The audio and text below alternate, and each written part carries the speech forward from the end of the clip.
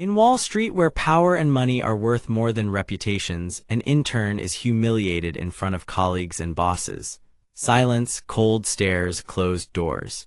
But a thread of truth followed with patience and courage will change everything, and will show that justice, even quiet, can reach the powerful.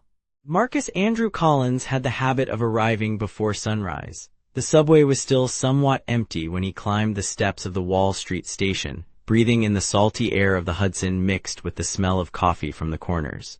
At 23 years old, he carried the weight of responsibility in his chest and a leather briefcase. A gift from his father on the day he received the acceptance letter for the internship at Pierce Goldman Securities in his hands.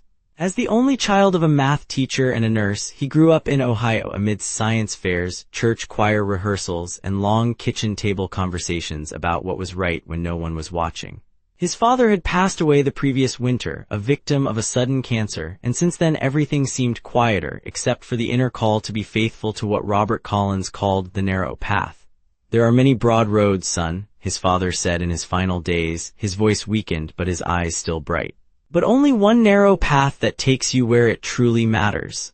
That April morning, as he watched the sunrise reflecting off the skyscraper windows, Marcus tried to ignore the feeling that something was profoundly wrong at Pierce Goldman. Pierce Goldman Securities was not just a respected name on Wall Street. It was an institution where numbers had the force of a cyclone and a rumor could wipe out a career in minutes. In the 3 months since starting his internship, Marcus had learned to be quick, thorough, and above all, invisible when necessary. As part of the intern rotation program, he was assigned to data reconciliation in the operations department, a tedious job that most avoided. He had limited access only to aggregated monthly reports, but his background in mathematics made him notice patterns where others saw only numbers. In his small cubicle on the 23rd floor, surrounded by monitors displaying endless spreadsheets, Marcus felt like a digital archaeologist, digging through layers of transactions in search of something he wasn't quite sure of. Until he started to notice. For 3 weeks, he observed subtle discrepancies in pension funds, small variations in the reported amounts versus those actually transferred. Each month, hundreds of thousands evaporated in seemingly legitimate accounting adjustments. He began to make discreet notes, photographing screens with his personal cell phone when no one was watching. "You're imagining things," he told himself one Friday morning as he looked at the motivational poster on the wall. Results, excellence, commitment. But the numbers didn't lie, something was wrong. His tiny apartment in Queens, shared with 2 other interns he barely saw due to differing schedules, had become a sort of makeshift investigation center. On the wall behind his bed, he covered with post-its the patterns he had identified. In the dresser drawer under piles of socks, he kept a flash drive with the evidence he had gathered. At night, he often talked on the phone with his mother, Ellen, who was now working double shifts at the hospital to maintain the house. "How's the world of finance, my dear?" she would ask, her voice always cheerful despite the fatigue. "Complicated, Mom, full of numbers that don't always make sense. Just like the drug inventory at the hospital," she laughed. "Sometimes I have to count 3 times to be sure." Marcus wanted to tell her about his suspicions, but he knew it would only worry her. Besides, what if he was wrong? What if it was just his inexperience misinterpreting complex procedures? "Sometimes doing the right thing means being alone for a while," his father's voice echoed in his memory. 3 months later, during a routine audit, the systems detected irregular access to the data. Marcus was aware of this. The tech alert email had been sent to the whole team. The digital trail pointed to several accounts, including his, although he had only photographed screens and never downloaded files. It was an ordinary Tuesday when everything changed. Collins, Victor Lang's voice, the CEO, sounded behind him. "Meeting room, now." Lang was an imposing figure, standing 6'3" with meticulously trimmed gray hair and suits that cost more than Marcus's 6 months' rent. He rarely spoke to interns. The glass-walled room, overlooking the narrow canyon between buildings, already gathered the compliance director James Morrison, senior trader Sarah Chen, and 2 other interns, Parker and Melissa, who worked in the same department. Rowan Blake, a 34-year-old risk management analyst known for his meticulousness and discretion, leaned against the wall with an inscrutable expression. The projector displayed access logs. "We have a security problem," Lang declared, controlled but cold. "The metadata shows suspicious access to sensitive data. Collins, you were caught photographing screens." This directly violates our confidentiality agreement. Morrison opened a folder. We have the images from the CCTV. You won't deny it, I imagine. Marcus felt his stomach sink. The breakfast, a cheap sandwich bought at the corner, felt like a rock in his stomach. The other interns avoided meeting his eyes. Sarah Chen shook her head, disappointed. I was documenting irregularities, he began, his voice trembling. In the pension funds, the numbers haven't been adding up for months. Lang and Morrison exchanged a quick glance. Irregularities? Lang smiled coldly. Or were you collecting insider information, maybe selling it to competitors? No, I can show. Morrison, proceed with the immediate dismissal. Security, escort him out. Gentlemen, he addressed the other interns, I hope this serves as an example of what happens when we breach the trust of this institution. The hallway seemed to close in on him. In the elevator, accompanied by the security guard, Marcus held a cardboard box with his belongings. The graduation photo with his parents, the advanced mathematics book he referenced, the Superman mug he kept in the drawer, small fragments of an interrupted life. In the lobby, employees averted their gaze as if he carried some contagious disease. Shame burned on his face as he crossed the revolving doors to the sidewalk. He wanted to call his mother, but first took refuge on the bench in the square in front of the building. The sun was high now, indifferent to his world collapsing. God, I don't want to prove anything out of pride, he murmured softly. I just don't want to betray what my father taught me. If I'm wrong, correct me. If I'm right, open the right door. A shadow fell over him. It was Rowan Blake. May I sit? He nodded suspiciously. For 6 months I've been investigating the same irregularities, he said, looking at the building. But I'm just a risk analyst. I need more evidence to convince the board. Your photographs, do they show the aggregated reports? They do, but I'm not sure if they're of any use now. They are very useful. Especially because yesterday someone corrected the system's data. Your documentation might be the only proof that the original numbers existed. Marcus observed Rowan cautiously. Tall, thin, brown hair starting to thin out, sharp eyes behind rimless glasses. Why help me? You don't even know me. Because I worked 15 years on Wall Street and saw a lot of good people get destroyed for doing the right thing.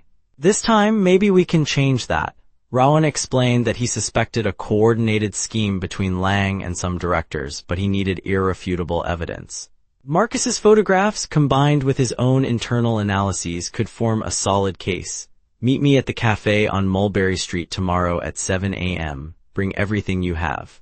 The small apartment in Queens seemed even smaller that night. His roommates avoided questions when they saw him arrive too early, the box of belongings betraying his fate. Marcus sat on his bed, the flash drive in hand, contemplating his options. He could simply give up, go back to Ohio, start over. His mother would welcome him with open arms without judgment. But then he saw his father's portrait on the bedside table. Robert Collins, smiling under the oak tree in the backyard, the same one where he had taught Marcus to ride a bike, to solve equations, to see beauty in mathematical patterns. There are many wide roads, son, but only one narrow path. Marcus picked up the phone. Mom, I was fired today. After a brief silence, Ellen Collins responded with the same determination that had kept her standing after her husband's death. What are you going to do about it, son? She asked, after Marcus had told her more details about the situation. It was neither anger nor disappointment. It was just the right question. I'll fix what's wrong. Then you already have your answer, she said softly. Your father would be proud. For 2 weeks, Marcus and Rowan worked discreetly. Using Rowan's small apartment in Brooklyn as a base, they mapped out the scheme. Rowan used her legitimate access to gather supplementary data, while Marcus organized his documentation chronologically. The story that emerged was as old as Wall Street and as new as the latest algorithm. Greed masquerading as financial engineering. The scheme siphoned off retirement funds through a network of offshore subsidiaries, using fictitious hedge adjustments as a smoke screen. The plan is to send everything directly to the SEC through the Whistleblower Protection Program, Rowan explained, pointing to the documents spread out on the kitchen table. If we do this right, you might even earn a percentage of the fine as a whistleblower. Marcus looked out the window at the Manhattan skyline, brilliant against the dark sky. Who are the real victims of all this? Rowan flipped through a few pages. Mainly retired workers, unions, municipal services, ordinary people who entrusted their savings to us. Do they know? They probably notice that something is wrong. The monthly statements show different amounts, but the technical language is so dense that nobody questions much. Some call customer service, but they are tangled up with jargon. Marcus stood in silence for a moment. There's a monthly meeting with the beneficiaries, isn't there? That one organized by the relations department? Yes, next week. Why? They deserve to know first, said Marcus, before the regulators, before the press. They deserve to hear it from our mouths. On the day of the meeting, 50 retirees filled a smaller room on the 15th floor of Pierce Goldman, worn uniforms, hands calloused from decades of work. Men and women who spent their lives believing in the system and were now about to discover its fallibility. Richard Patel, the director of investor relations, led the session with rehearsed smiles and colorful charts that clarified little. Miriam Gates, a 72-year-old widow, stood up during the question period. I am Miriam Gates. I worked in subway maintenance since I was 16 and retired at 65. Why do my statements show different amounts each month? No one can explain it to me. I had to cancel my supplemental health plan because I can no longer predict how much I will have available. The relationship director stammered about market volatility and technical adjustments. Other voices joined in, all with the same confusion and frustration. Marcus was in the back row, invited by Rowan, who had legitimate access to the meeting. His heart was pounding. He looked at Rowan, who gave a nearly imperceptible nod. He stood up. Miss Gates, my name is Marcus Collins. Until 2 weeks ago, I was an intern here. I was fired for asking questions similar to yours. A murmur filled the room. Patel tried to interrupt him, but Miriam gestured for him to continue. What I am going to show are public data available in the reports you receive. I just organized them in a different way. With a portable projector that Rowan had brought for his presentation, he showed the discrepancies. Simple numbers, clear graphs, the difference between what should be in the accounts and what actually was. Does that mean someone is stealing? Asked an old man with white hair, a former bus driver. It means you deserve better answers than you are getting, Marcus replied, choosing his words carefully. The director tried to end the meeting, but the retirees did not move. They wanted more explanations. They wanted to understand. Some tears began to fall when the magnitude of the problem became clear. Miriam walked over to Marcus. Boy, I don't know who brought you here, but someone up there is looking out for us. For months I've been asking God to help me understand these confusing letters that arrive at my house. In the corridor, security guards were approaching. Patel had called for reinforcements. We have to go, whispered Rowan. Now.